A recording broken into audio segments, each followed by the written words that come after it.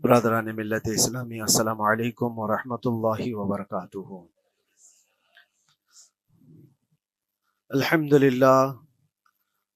للہ الحنان المنان الذي خلق الانسان وعلمه البيان، والصلاة والسلام على رسوله سید الانس والجان وعلى آلہ واصحابہ ذوی الخیر والاحسان، اما بعد فاعوذ باللہ من الشیطان الرجیم، بسم اللہ الرحمن الرحیم۔ وَأَمَّا بِنِعْمَةِ رَبِّكَ فَحَدِّثْ، صدق اللہ مولانا العظیم۔ بارگاہ رسالت معاذ صلی اللہ علیہ وسلم میں درود پاک کا ہدیہ پیش کریں۔ اللہم صل علی سیدنا و مولانا محمد معدن الجود والکرم وآلہ واصحابہ الکرام وابنہ الکریم وبارک وسلم صلاۃ دائمۃ سرمدا ابدا۔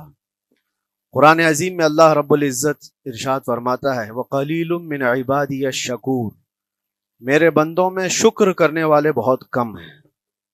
اور یہ بات صحیح ہے کہ بندے پر بے شمار نعمتیں اللہ تعالیٰ عطا کیا ہے، بے شمار ہیں۔ وَإِن تَعُدُّوا نِعْمَتَ اللَّهِ لَا تُحْصُوهَا، اگر تم اللہ کی نعمتوں کو گننا چاہو گے تو شمار نہیں کر سکو گے۔ شیخ سعدی رحمۃ اللہ تعالی علیہ فرماتے ہیں کہ تمہارا ایک سانس لینا بھی نعمت ہے، سانس کا باہر نکالنا بھی نعمت ہے، اور اگر صرف سانسوں کی نعمتوں کا شکر ادا کرنے پر بندہ بیٹھ جائے تو پوری عمر اس کی تمام ہو جائے۔ باقی نعمتوں کا کیا ہے؟ بے شمار نعمتوں سے نوازا ہے اللہ تعالیٰ نے، لیکن انسان کی فطرت میں یہ بھی ہے کہ کبھی ایک چیز کی کمی محسوس ہوتی ہے تو وہ واویلا مچاتا ہے، بہت شور کرتا ہے کہ مجھے یہ تکلیف ہوئی، وہ تکلیف ہوئی۔ اس کے صحت کے زمانے کو وہ یاد نہیں کرتا، مصیبت کے زمانے کو بہت جلدی یاد کرتا ہے۔ اسی لیے شکر گزار بندے بہت کم ہیں۔ عادت یہ ڈال لیں، جب مصیبت آئے، کوئی تکلیف آئے، تو ہمارے اندر یہ احساس پیدا ہو جائے کہ میرے گناہ اس سے بھی بڑی مصیبت کے لائق تھے، اللہ نے کم مصیبت عطا کی۔ جب کوئی بیمار ہو جائے، جب کبھی کسی آفت میں مبتلا ہو جائے تو یقیناً درد تو ہوتا ہے، آدمی سہن نہیں کر پاتا، لیکن احساس دل میں یہ پیدا کرے اگر وہ انصاف کرنے پر آئے رب تبارک و تعالی میرے ہر گناہ کے بدلے بڑی بڑی سزائیں دے سکتا ہے، میں چھوٹی سی سزا میں ملوث ہوں، اللہ کریم، اس کا شکر ہے۔ اسی طرح سے میرے عزیزو، ایک بات میں آپ کو بتاتا ہوں، خاص طور پر ہمارے قید کے زمانے میں بہت سارے ایسے قیدی جیل کے اندر جانے کے بعد ان کے حالات ایسے ہو جاتے ہیں، وہ نا امید اور مایوس ہو کر کفریہ جملے بکنے لگ جاتے ہیں۔ ان کے حالات ایسے ہو جاتے ہیں کوئی خدا نہیں، اگر ہوتا تو ہماری سنتا، بہت کچھ عبادتیں بھی کرتے ہیں، نہیں جب قبول ہوتی ہے تو مایوس ہو جاتے۔ تو یہ تو اندر کے حالات ہیں، باہر بھی کسی کے ساتھ ایسا ہو سکتا ہے۔ میں تو 10 سال سے دعا کر رہا ہوں، اولاد ہی نہیں ہوئی، کوئی یہ کہتا ہے۔ شادی ہو گئی، 10 سال ہو گئے، بچے نہیں ہو رہے ہیں۔ کوئی یہ کہتا ہے کہ میری بیٹی کا رشتہ ہی نہیں ہو رہا، ہر وظیفہ کر لیا، ہر دعا کر لیا، پھر یہاں سے نا امیدی، ناشکری۔ یہ جملے انسان کو کہاں تک پہنچا دیتے ہیں۔ ایک بات میں آپ کو بتاؤں، مولا علی کرم اللہ وجہہ الکریم کی یہ حکمت بھری بات ہے، ارشاد فرماتے ہیں جب کبھی مصیبت آئے اللہ کی طرف سے تو یہ امتحان ہے یا سزا ہے، کیسے پتا چلے؟ ظاہر سی بات ہے، ہر کوئی یہ کہتا ہے یہ تو اللہ کی طرف سے امتحان ہے، آزمائش۔ ہم بھی اندر تھے تو یہ بار بار احساس دلایا جاتا تھا، اور بعض لوگ یہ کہتے تھے کہ اللہ کی طرف سے آزمائش ہے، امتحان ہے، اس کو گزار لیجیے۔ بعض مرتبہ امتحان ہے اور بعض موقعوں پر سزا ہے، اور سزا کب ہے اور امتحان کب ہے یہ کیسے پتا چلے؟ بہت بڑا فارمولہ ہے۔ مولا علی کرم اللہ وجہ الکریم فرماتے ہیں جب کبھی تم پر کوئی مصیبت آئے تو یہ دیکھ لینا ان مصیبتوں کے دن میں تم اگر اللہ سے زیادہ قریب ہو گئے ہو، دعا زیادہ کرنے لگ گئے ہو، وظیفے زیادہ کرنے لگ گئے ہو، تو اس کا مطلب ہے کہ اللہ تعالیٰ تم کو امتحان میں رکھا ہے۔ اور اگر مصیبتوں کے آنے کے بعد بندہ دور ہو جاتا ہے اللہ سے، پھر وہ بپھر جاتا ہے، گناہ زیادہ کرنے لگتا ہے، تو سمجھ لو یہ سزا میں ملوث ہے۔ اب سب کی زندگی میں یہ مصیبتیں جب آتی ہیں تو خود اپنے آپ کو ریئلائز کرے، احساس کر کے دیکھے کہ مصیبت آئی ہے تو میرے ہاتھ میں تسبیح آ گئی یا پھر گالی گلوچ، مصیبت یا آفت آئی ہے میرے گھر پر تو میں عبادت اور نماز کی طرف زیادہ جا رہا ہوں یا پھر عیش و عشرت کی طرف زیادہ جا رہا ہوں، تو تمہیں خود پتا چل جائے گا کہ تم اللہ کی طرف سے امتحان میں ہو یا پھر سزا میں ہو۔ میرے عزیزو، بہت مقامات ایسے ہیں جہاں پر بظاہر مصیبت کی حکمت ہمیں نہیں معلوم ہوتی کہ کیوں آئی یہ مصیبت، کیوں دی گئی ہے ہمیں ایسی تکلیف۔ اسی کا نام تقدیر ہے کہ اللہ تعالیٰ کے لکھے ہوئے پر راضی رہنا یہ مومن کی شان ہے۔ مومن کو ہمہ وقت اللہ تبارک و تعالیٰ کی طرف سے لکھی ہوئی اس تقدیر پر راضی رہنا ہے۔ آپ کو میں ایک بات بتا دوں، حضرت ابو جندل ایک صحابی ہیں، مکہ مکرمہ میں ایمان لائے، رسول پاک صلی اللہ تعالی علیہ وسلم جب ابھی مکہ میں تھے، اس وقت غریب صحابہ کو کفار مکہ، مشرکین مکہ کس طرح سے پکڑ کر مارتے تھے، کیسے کیسی سزائیں دیا کرتے تھے۔ اسی اسنا میں اللہ کے نبی صلی اللہ علیہ وسلم ہجرت کر کے مدینہ تشریف لے گئے، لیکن جو ابو جندل تھے یہ قید میں تھے، قید میں تھے، ان کا باپ خود ان کو قید میں رکھا ہوا تھا، اور ایسی قید کہ زنجیریں بندھی ہوئی رہتی تھی، مسلسل کئی سال گزر گئے۔ حضور پاک صلی اللہ تعالی علیہ وسلم کی ہجرت کے 6 سال گزر جانے کے بعد 7واں سال تھا جب آپ کو بتاؤں حدیبیہ کا وہ منظر پیش آیا جس کو صلح حدیبیہ کہا جاتا ہے۔ تقریباً 1400 صحابہ کے ساتھ رسول کریم صلی اللہ تعالی علیہ وسلم عمرہ کرنے کے لیے آئے، لیکن اس وقت مکہ کے کفار و مشرکین مکہ سے تقریباً 35 کلومیٹر باہر دور آپ کا راستہ روک لیا، کہا ہم آپ کو عمرہ کرنے نہیں دیں گے، آپ کے اصحاب کو، آپ کے صحابہ کو ہم مکہ میں انٹر ہونے نہیں دیں گے۔ جنگ جیسی نوبت آ گئی تھی، لیکن حضور پاک صلی اللہ تعالی علیہ وسلم اور صحابہ احرام پہن کر کے عمرہ کرنے کے لیے آئے، تو پھر درمیانی راستہ یہ اختیار کیا گیا۔ حضور پاک صلی اللہ علیہ وسلم نے فرمایا کہ ہم صلح کر لیتے ہیں، کچھ ایگریمنٹ ہو جائے ہمارے اور تمہارے درمیان، جنگ نہیں کریں گے، آج سے جنگ بندی ہو جائے۔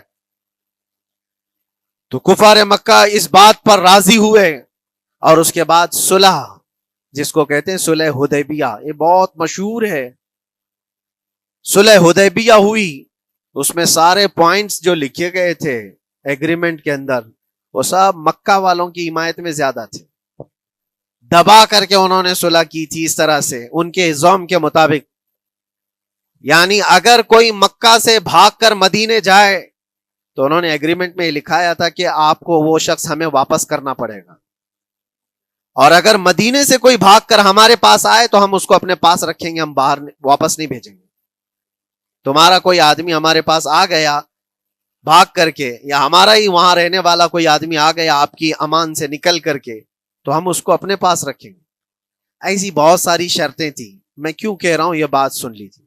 یہ صلح حدیبیہ ہو گئی، ایگریمنٹ ابھی لکھا جانا تھا، وہ ابو جندل صحابی جو کئی سالوں سے مکہ میں قید میں تھے، زنجیریں توڑ کر کے وہ باہر نکل آئے، اور جب ان کو یہ خبر ملی کہ مکہ سے 35 کلومیٹر دور اللہ کے نبی صلی اللہ تعالی علیہ وسلم اپنے صحابہ کے ساتھ پڑاؤ ڈالے ہوئے ہیں اور تشریف لانے والے ہیں، کسی طرح بچ بچاتے ہوئے وہ وہاں پہنچ گئے حدیبیہ کے مقام پر۔ جیسے ہی وہ پہنچے صحابہ میں ایک شور ہو گیا، صحابہ جانتے تھے کہ کتنے سالوں سے ابو جندل قید میں ہے، طرح طرح کی اذیتیں اٹھاتا ہے، بہت مصیبتیں اٹھائی ہیں ابو جندل۔ دیکھا ان کے جسم پر پورے زخموں کے نشان تھے، ہاتھوں اور پیروں میں زنجیریں لٹکی ہوئی تھیں، وہ اسی حالت میں صحابہ کے پاس آ گئے، صحابہ سب نے سینے سے سینہ لگایا، استقبال کیا، ابو جندل تم آ گئے ہمارے پاس، آ گئے۔ اب بات سنو، بڑی حیرت کی ہے، ایگریمنٹ لکھا جا رہا تھا اور ابو جندل مکہ سے فرار ہو کر کے آئے تھے۔ ابو جندل کا جو باپ ہے اور دوسرے جو رئیس مکہ کے تھے، قریش کے سردار، سبوں نے ہاتھ روک لیا اور کہا ہمارا ایک آدمی بھاگ کر آپ کے پاس آیا ہے، ایگریمنٹ کے مطابق اس کو آپ ہمیں واپس کرنا ہوگا، واپس لوٹانا ہوگا۔ مکہ میں رہنے والا شخص آپ کے پاس آیا ہے، وہ ہمارا قیدی ہے۔ حضور پاک صلی اللہ تعالی علیہ وسلم نے فرمایا ابھی تو لکھا نہیں گیا، اس سے پہلے وہ آیا ہے، چھوڑ دو اس کو، اس کے بعد جو بھی ہوگا اس پر عمل کریں گے۔ مکہ والوں نے کہا نہیں، ہم نہیں مانتے اس چیز کو۔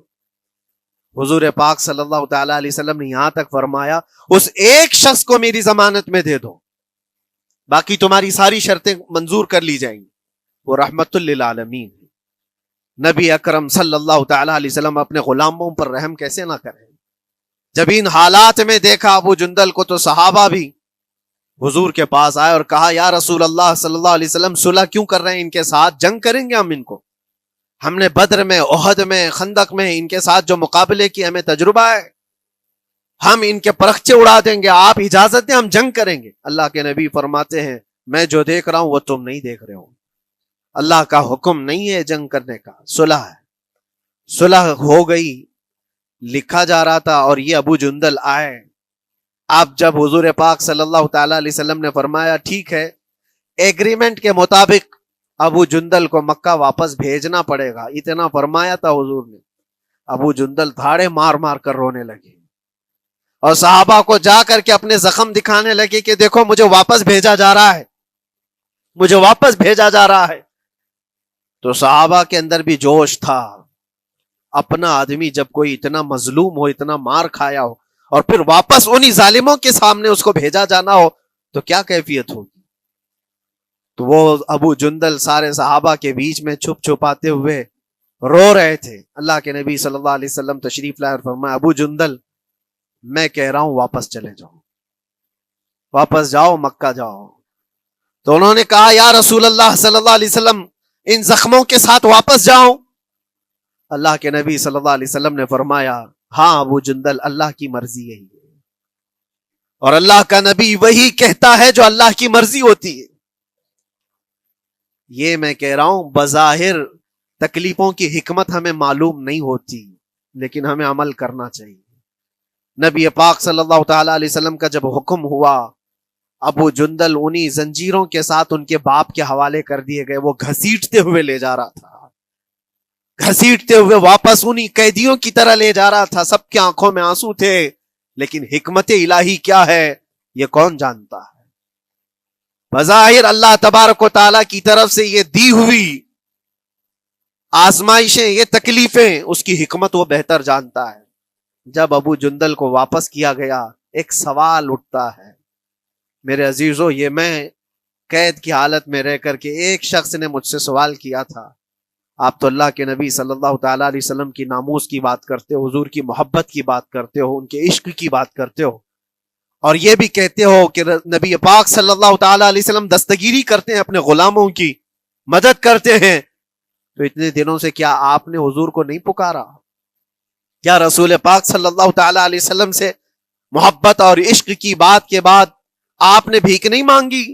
اس وقت یہ واقعہ یاد آیا، میں تو ابو جندل کے پاؤں کے ناخن کی مٹی کے برابر بھی نہیں، وہ صحابی رسول تقریباً ان کے متعلق کہا گیا ہے 6 سے 8 سال تک وہ ان کی قید میں رہے، تو کیا رسول پاک صلی اللہ علیہ وسلم کو خبر نہیں تھی؟ خبر تھی، لیکن ہوتا ایسا ہے کہ جو جتنی محبت کرتا ہے اتنے ہی امتحانوں سے گزارا بھی جاتا ہے، اس کو امتحان دینے پڑتے ہیں۔ اسی لیے بار بار میں یہ بات کہتا ہوں، حضور پاک صلی اللہ تعالی علیہ وسلم کی ناموس کی بات کرنا، عظمت رسالت کی بات کرنا، یہ حلوے پراٹھے کھانے کا نام نہیں ہے، یہ شہادت گہے الفت میں ہے قدم رکھنا۔ لوگ آسان سمجھتے ہیں مسلمان ہونا، حضور پاک صلی اللہ تعالی علیہ وسلم کی شریعت طاہرہ کو بچانے کے لیے ہی تو، حضور کی ناموس کی حفاظت کے لیے ہی تو مولا امام حسین نے اپنی گردن دے دی، اپنے بچوں کی قربانی دے دی، اپنا عیش آرام سب تیاگ دیا۔ یہ ساری قربانیوں کے بعد ہی اس امتحان سے بندہ نکلتا ہے۔ وہ امام احمد بن حنبل جن کے سینے میں 5 لاکھ حدیثیں محفوظ تھیں، رسول پاک صلی اللہ علیہ وسلم کی 5 لاکھ حدیثوں کے حافظ، لیکن بغداد کے ظالم حکمرانوں نے ان کو ننگی پیٹھ پر کوڑے مارے ہیں، پہلی مرتبہ 100 کوڑے، دوسری مرتبہ پھر 100 کوڑے، تیسری مرتبہ پھر 100 کوڑے، اتنے میں تو آدمی مر جاتا ہے۔ امام احمد بن حنبل کی پیٹھ جھک گئی تھی، میرے عزیزو یہی ہے جس کو ہم کہہ رہے ہیں شہادت گہ الفت میں ہے قدم رکھنا. اگر تم سچا ایمان رکھتے ہو تو پھر آزمائش بھی ہوگی. اللہ کریم قرآن میں فرماتا ہے فَلَيَعْلَمَنَّ اللَّهُ الَّذِينَ صَدَقُوا وَلَيَعْلَمَنَّ الْكَاذِبِينَ. اللہ تبارک و تعالیٰ ضرور آزمائے گا سچا کون ہے اور جھوٹا کون ہے. مصیبتیں آئیں گی، آندھیاں آئیں گی، لیکن جمے رہو، ڈٹے رہو. اللہ رب العزت سے کبھی بھی اپنا رشتہ نہ توڑو. اور جو تمہارے اندر ایمان ہے، توکل اور یقین ہے، ذرا برابر بھی فرق آنے نہ پائے. آج نہیں قبول ہوئی کل ہوگی، کل نہیں قبول ہوئی پرسوں ہوگی، کبھی نہ کبھی تو دعا قبول ہوگی. دنیا داروں کے دروازے کھٹکھٹاتے ہیں تو ایک نہ ایک دن دروازہ کھلتا ہے. وہ ارحم الراحمین ہے، وہ ارحم الراحمین ہے، دروازے کھولتا ہے، لیکن وہ بہتر جانتا ہے کس وقت دروازہ کھلنا چاہیے. ہم اپنی مرضی کے مطابق رب کو نہیں چلا سکتے. مولا تعالیٰ جیسا چاہے ہمیں ویسا چلنا چاہیے. ایک بات اور میں بتا دوں سید، یہ تو دوسرے لوگوں کی بات ہے جس میں ہمارے قصور ہیں، ہمارے جرم ہیں، ہمارے گناہ ہیں، جس کی وجہ سے مصیبتیں آئیں گی. لیکن اللہ کے نبی کا کوئی گناہ نہیں ہوتا. جو نبی ہوتے ہیں وہ معصوم ہوتے ہیں. سیدنا یوسف علیہ الصلوۃ والتسلیم اللہ کے نبی، اللہ کے نبی ابراہیم علیہ السلام کے بیٹے اسحاق علیہ السلام، اسحاق علیہ السلام کے بیٹے یعقوب علیہ السلام، یعقوب علیہ السلام کے بیٹے یوسف علیہ السلام، جن کی نسل میں انبیاء کرام جو پورا خاندان نبوت کا ہے، وہ یوسف علیہ السلام کن کن مقامات سے گزارے گئے. پہلے بھائیوں نے کنویں میں پھینک دیا، اور اس کے بعد اس زہریلے کنویں سے وہ نکالے گئے. جنگل میں کوئی نہیں تھا جب ان کے بھائیوں نے کنویں میں پھینکا تھا. اس وقت ایک قافلہ جا رہا تھا، انہوں نے ڈول ڈال کر کے نکال لیا اور پھر لے کر کے گئے. یہاں سے کنویں سے تو نکالے، لیکن آگے کی زندگی کیا ہے؟ مصر کے بازار میں لے جا کر قافلے والوں نے بیچ دیا. یوسف علیہ السلام پھر خریدے گئے کس کے ہاں؟ عزیز مصر، بادشاہ مصر کے گھر میں. اور وہاں پر زلیخا آپ پر فدا ہوئی. پھر آپ پر الزام بھی لگایا گیا، اور اس الزام کی بنیاد پر آپ کو جیل بھیجا گیا. اللہ کے نبی کے دامن پر پیوند تو ہو سکتا ہے، دھبا نہیں ہوتا. کسی گناہ کا تصور بھی وہ نہیں کرتے، وہ معصوم ہوتے ہیں. لیکن بغیر کسی قصور کے، بغیر کسی جرم کے آپ کو جیل بھیجا گیا. یوسف علیہ الصلوۃ والتسلیم جیل جب گئے وہ نبی ہو کر کے، اور اس کے بعد دن کٹتے رہے. دن کیسے؟ ہفتے، ہفتے کیا مہینے، مہینے کیا سال. یوسف علیہ الصلوۃ والتسلیم کے 7 سال گزر گئے. جب کبھی کسی انوسینٹ کو، بے قصور آدمی کو تکلیف دی جاتی ہے تو اس کو احساس زیادہ ہوتا ہے. اور جرم کی وجہ سے جب کوئی تکلیف میں آتا ہے تو کمپرومائز کر لیتا ہے، میں ایسا غلطی کیا تھا، مجھے یہ جھیلنا پڑ رہا ہے. لیکن جس کا جرم ہی نہیں، نہ کردہ گناہ کی سزا جب دی جاتی ہے، بندہ بہت بکھر جاتا ہے، ٹوٹ جاتا ہے. لیکن وہ اللہ کے نبی تھے، توکل کیسا تھا، یقین کیسا تھا، صبر کے ساتھ نکالے. لیکن ایک بہت پیاری بات ہمیں ملتی ہے میرے عزیزوں، وہاں قیدی اور بھی تھے، اور یوسف علیہ السلام کو اللہ تعالیٰ نے ایک معجزہ عطا کیا تھا. وہ خوابوں کی تعبیر سچی سچی بتاتے تھے. خواب کی تعبیر ہوا کرتی ہے، جو بھی خواب دیکھتا ہے آدمی اس میں اشارہ ہوتا ہے اللہ کی طرف سے. تو 2 قیدیوں نے خواب دیکھا تھا، یہ قرآن پاک کے سورہ یوسف میں پورا موجود ہے 12ویں پارے میں.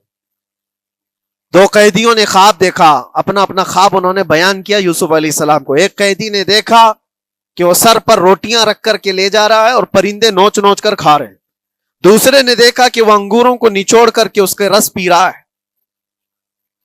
تو انہوں نے بتایا یوسف علیہ السلام کے پاس ایسا ایسا ہم نے خواب دیکھا ہے، اس کی تعبیر کیا ہو سکتی ہے؟ سیدنا یوسف علیہ السلام فرماتے ہیں میں دونوں کے خواب کی تعبیر بتاؤں گا، لیکن اس میں سے ایک بندہ، اس سے آپ نے کہا تو وعدہ کر کے میرا بھی کام کرے گا، میرا بھی ایک کام ہے تو کرے گا. 7 سال گزر گئے تھے. جو بادشاہ مصر تھا وہ بھی بدل چکا تھا، جس نے قید میں ڈالا تھا وہ ختم ہو گیا، دوسرا آیا، تیسرا آیا، جو بھی آیا، لیکن حکومت بدلی ہوئی تھی. تو خواب کی تعبیر بتانے سے پہلے ایک قیدی سے یوسف علیہ السلام نے کہا کہ میرا کام تو کرے گا. اس نے کہا ہاں آپ جو کہیں گے میں کروں گا. تو سنو، تعبیر یہ ہے، جس کے سر پر روٹیاں رکھی ہوئی اور کوے کھا رہے تھے یا پرندے کھا رہے تھے، اس کی تعبیر یہ ہے کہ عنقریب تجھ کو موت کی سزا سنائی جائے گی. وہ غمگین تھا، دوسرے سے کہا تو انگور کے رس نچوڑ کر پی رہا تھا، تیرے خواب کی تعبیر یہ ہے کہ عنقریب تجھ کو رہا کر دیا جائے گا، تو آزاد ہوگا، اور تجھ سے ہی میرا کام یہ ہے کہ آزاد ہو کر جائے گا تو تو موجودہ وقت کے جو بادشاہ ہے شاید اس کی فوج میں شامل ہو جائے یا اس کے سپاہیوں میں یا وزیروں میں، تو میری یہ بات اس تک پہنچا دینا، پچھلے 7 سالوں سے بے گناہ بے قصور ایک قیدی اندر ہے، اس کو آزاد کر دیا جائے، اس کو آزاد کر دیا جائے۔ اس نے کہا بالکل، اگر میں چھوٹا تو آپ کا ایک کام ضرور کروں گا۔ سنیے بات، چند دن نہیں گزرے تھے کہ اس ایک قیدی کو موت کی سزا ہو گئی، اس کو موت کی سزا سنائی گئی اور پھانسی ہو گئی۔ دوسرا یہ جو قیدی جس کو آپ نے رہائی کی خوشخبری دی تھی، اس کی بھی رہائی کی خوشخبری آ گئی، وہ آزاد ہو گیا۔ لیکن قرآن پاک میں ہے آزاد ہو کر جب جاتا ہے آدمی تو پچھلا بھول جاتا ہے، اکثر ایسا ہی ہوتا ہے، کیا جیل کے دوست کون تھے کیا تھے کچھ پتا نہیں، اور آدمی تو یہ سوچتا ہے دوبارہ کبھی ادھر کے دروازے کو بھی نہ دیکھو، آیا اور بھول گیا۔ یوسف علیہ السلام نے جو کام دیا تھا وہ بھول گیا، یہاں تک کہ قرآن میں اللہ فرماتا کئی سال گزر گئے، 1-2 دن نہیں سالوں گزر گئے، اور وہ بادشاہ کی فوج میں شامل تھا یا بادشاہ کے مصاحبین میں شامل تھا، قریبی لوگوں میں۔ ایک زمانے کے بعد مدت ہوئی، اور اس وقت سوچیے آپ کتنا وقت حضرت یوسف علیہ السلام نے کاٹا ہوگا۔ ایک دن آپ بے اختیار رو پڑے اللہ کی بارگاہ میں۔ یہ میں آپ کو بتا رہا ہوں، کبھی کبھار انسانی فطرت کا تقاضا ہے، اللہ تبارک و تعالیٰ کی بارگاہ میں رو پڑے اور کہا اے رب العالمین اے ارحم الراحمین، یہ دن کب ختم ہوں گے؟ یہ جس طرح سے مجھے جیل کی سلاخوں کے پیچھے بند کیا گیا ہے، ان مصیبتوں سے کب آزادی ہوگی میرے مولا یا ارحم الراحمین؟ جواب رب تعالیٰ کی طرف سے آیا، یہ ہمارے اور آپ کی بات نہیں ہے، یہ اللہ کے نبی کی بات ہے۔ اب سنو، یوسف علیہ السلام کو جواب آیا، اے یوسف، جب تجھے جیل سے نکلنا ہی تھا، تجھے باہر جانا ہی تھا، تو دنیا کے بادشاہ کے پاس سامنے کیوں ریکویسٹ رکھا، میرے سامنے رکھ دیا ہوتا۔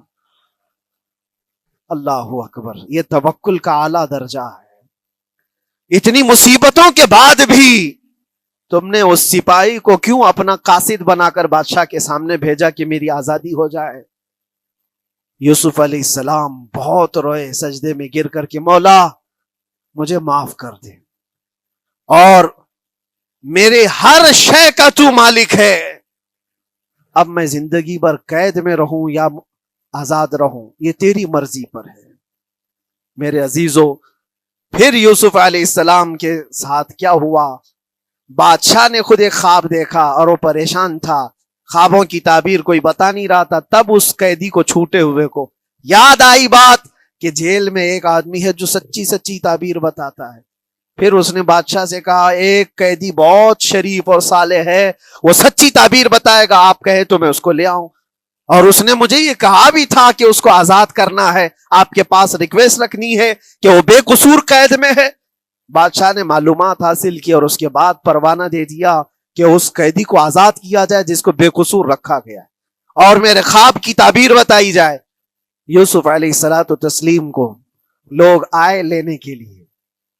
اب یہاں منظر اور ہے میرے عزیزوں، کہا کہ بادشاہ نے خواب دیکھا، اس کی تعبیر بتائے۔ آپ نے تعبیر تو بتا دی کہ کیا ہونے والا ہے اگلے 7 سالوں میں بادشاہ کے ساتھ، یہ ساری تعبیر بتائی، لیکن جب آزاد کرنے کی بات آئی تو آپ نے کہا رہنے دو، اب مجھے قید میں رہنے دو، اس لیے کہ آپ کو یہ احساس ہوگا کہ میں بادشاہ کے پاس کیوں رکھا ہے اس مقدمے کو۔ لیکن بعد میں بادشاہ اور اس کے مصاحبین اور اس کے وزیر آپ کو اصرار کرتے ہوئے لے گئے اور لے جا کر کے سیدھے وزیر اعظم کے تخت پر بٹھا دی، سیدھے وزیر اعظم کے تخت پر بٹھا دیا۔ پھر رب تبارک و تعالیٰ نے فرمایا اے یوسف، جب تک ہم چاہیں تب اندر رہے گا آدمی، اور جب ہم چاہ لیں باہر تو پھر اپنی مرضی سے کوئی اندر بھی نہیں رہ سکتا۔ حقیقت ہے میرے عزیزوں، جب مصیبتوں کے ختم ہونے کا وقت آئے پھر پوری دنیا کھڑی ہو کر کے بھی تم کو مصیبت نہیں دے سکتی، تکلیف نہیں دے سکتی۔ اور رب تبارک و تعالیٰ نے فرمایا وَإِن يَمْسَسْكَ اللَّهُ بِضُرٍّ فَلَا كَاشِفَ لَهُ، اگر تم کو اللہ کی طرف سے کوئی مصیبت آئے تو کوئی اس کو ہٹانے والا نہیں ہے۔ وَإِن يَمْسَسْكَ اللَّهُ بِخَيْرٍ فَلَا رَادَّ لِفَضْلِهِ، اور اگر اللہ تبارک و تعالیٰ کوئی بھلائی کسی بندے کو دے دے تو دنیا کی کوئی طاقت اس کو روک بھی نہیں سکتی۔ آج اگر رب تبارک و تعالیٰ ہم کو کوئی مقام اور مرتبہ دے دے، کوئی عزت اور انعام دے دے، سارے کتے بھونکتے رہیں، اس انعام کو کوئی رد نہیں کر سکتا۔ اللہ تبارک و تعالیٰ کا دیا ہوا فضل اس کو کوئی کاٹ نہیں سکتا، اور اس کی دی ہوئی مصیبت کو کوئی دوسرا ٹال بھی نہیں سکتا۔ اسی لیے آؤ لگے رہو اسی بارگاہ میں اور عرض کرو کہ مولا مجھ سے جو خطائیں ہوئی ہیں اس کو درگزر فرما دے، اور جس طرح کی بھی تو زندگی دیا ہے یہ تیرا شکر ہے مولا، شکر ادا کرنے کی عادت ڈال لو۔ اللہ تبارک و تعالیٰ فرماتا ہے لَإِن شَكَرْتُمْ لَأَزِيدَنَّكُمْ، اگر تم شکر ادا کرو گے تو میں اور زیادہ عطا کروں گا، اور زیادہ عطا کروں گا۔ آج اگر تھوڑی سی مصیبت ہے تو شکر ادا کرو کہ مولا بڑی مصیبت تو نہیں آئی ہے، یہ بھی تیرا کرم ہے، تیرا احسان ہے۔ مصیبت زدہ لوگوں کو دیکھتا ہوں تو پھر میں یہ کہتا ہوں ہاتھ بھی سلامت ہے، پیر بھی سلامت ہے، آنکھ بھی سلامت ہے، زبان بھی سلامت ہے، دماغ بھی چل رہا ہے، کیا یہ شکر کرنے کا موقع نہیں ہے؟ یہ شکر کرنے کا مقام نہیں ہے؟ آؤ ہر دن اللہ کا شکر ادا کرو، شکایتیں کم کرو، اللہ تبارک و تعالیٰ کو یہ زندگی پسند ہے۔ وآخر دعوانا ان الحمد للہ رب العالمین۔ السلام علیکم۔